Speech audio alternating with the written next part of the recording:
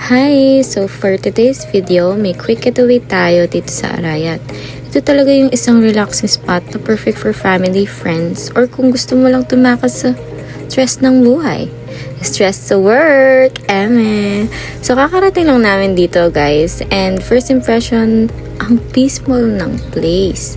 Fresh air, maraming trees, and sobrang chill ng paligid. Parang automatic na bumaba yung stress level mo. Wee! Kahit hindi pa tayo nagsiswimming. Tapos bonus pa yung view ng Mount Arayat. Feeling mo tuloy, nasa travel documentary ka. Pero actually, nakachinelas lang naman tayo. So, ikot muna tayo around the resort. Makita nyo na may mga cottages kung saan pwede kayong mag-chill, kumain, or magkwentuhan with friends and family.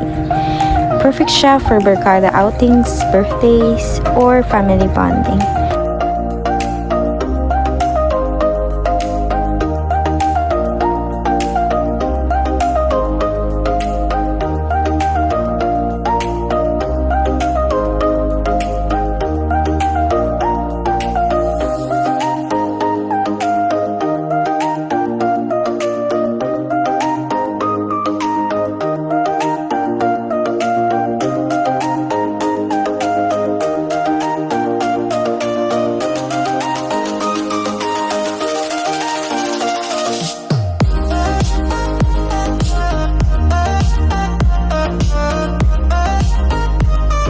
So, ito yung pool area. Malinis yung tubig and the space is really nice for swimming. Pwede kang mag-relax sa gilid ng pool, mag-picture-picture, or kung adventurous ka, pwede ka rin tumalon sa tubig. Pero reminder lang ha, siguraduhin mo munang natin na marunong tayong lumangoy. Safety first guys, you know.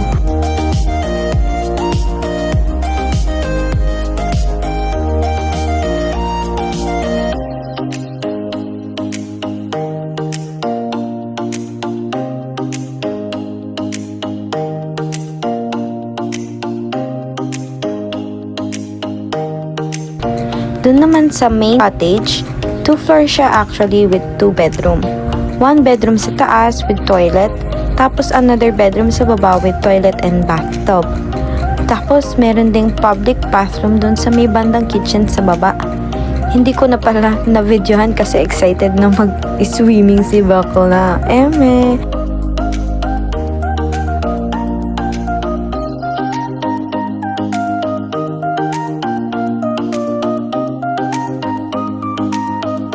Yun nga palang entrance dito sa bedroom sa taas is isang malaking mirror rotating door na napaka-cute and aesthetic kapag pumasok ka dun sa kwarto.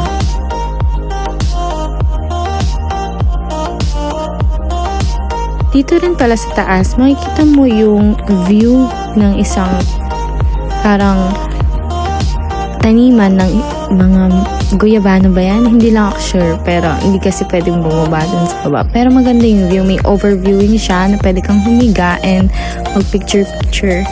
Meron, nakarami nga ako eh. Eme!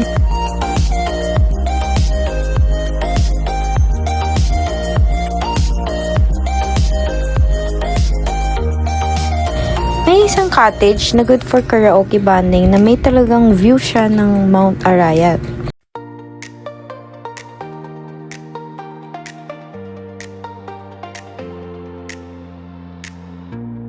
Meet me on Mars, baby. I can make you feel weightless. Letting go of all of it. Let it all drift away. Meet me on Mars, baby.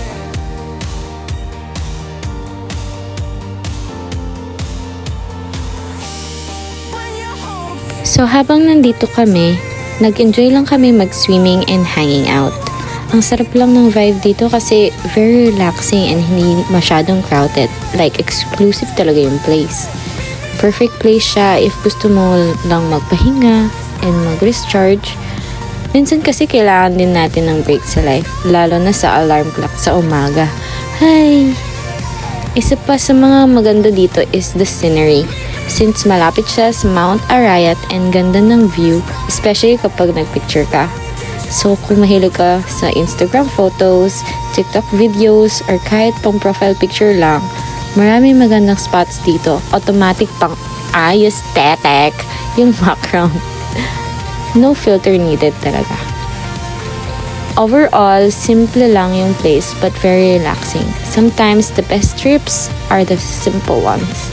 Good place, good food, and good company. Hindi kailangan laging grand or expensive para mag-enjoy lang sa outing. So, that's it for today's vlog here at Balik Ilay Resort in Arayat. If you enjoyed this video, don't forget to like, comment, and subscribe. And comment down below kung saan pa tayo dapat gumala next time. Thanks for watching, guys! See you in the next vlog!